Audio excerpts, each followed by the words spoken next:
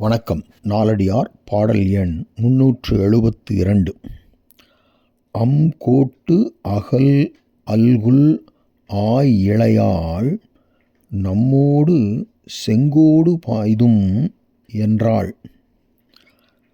செங்கோட்டின் மேல் காணம் இன்மையான் மேவாது ஒழிந்தாளே.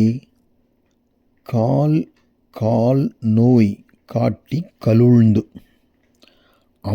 கோடு அகல் அல்குல், அதுதான் கோட்டு அகல் அல்குல் என்று வந்துள்ளது. அதாவது அழகிய, கோடு பக்க உயர்ச்சியை உடைய, அகன்ற அல்குலை உடையவளும், இளையாள் என்றால் ஆராய்ந்து எடுத்த ஆபரணங்களை அணிந்தவளுமாகிய அந்த பரத்தை செங்கோடு பாய்தும், அதாவது நாம் அவளுக்கு பணம் கொடுக்கும் நிலையில் இருந்த காலத்தில் நீர் துன்பப்படின் அதை பார்த்து நான் சகிக்க மாட்டேன். உம்முடைய துக்கத்தை நானும் அனுபவிப்பேன். நீர் இறந்தால் நானும் இறப்பேன். உமக்கு சங்கடம் வந்தபோது நீர் தனித்திறக்க நான் பிரிந்து இருக்க மாட்டேன். ஆதலால் இருவருமே ஒரே காலத்தில் செங்கோடு பாய்தும், செம்மையான மலையின் உச்சியில் ஏறி நின்று கீழே பாய்ந்து இறந்துவிடலாம் என்றாள்.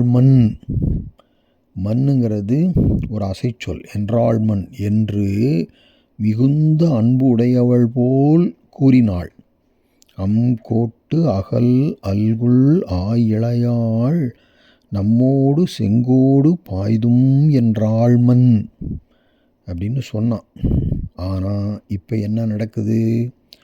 இப்பொழுது நாமோ தரித்திரமுற்று அந்த துயரை சகிக்காமல் மலையின் மேலிருந்து கீழே பாய்ந்து இறப்பதற்காக இந்த மலையின் உச்சியில் வந்திருக்கின்றோம். இப்போது நம்மிடம் அவளை காணம் இன்மையால், காணம்னா பொற்காசு, காணம் இன்மையால் பணம் இன்மையினாலே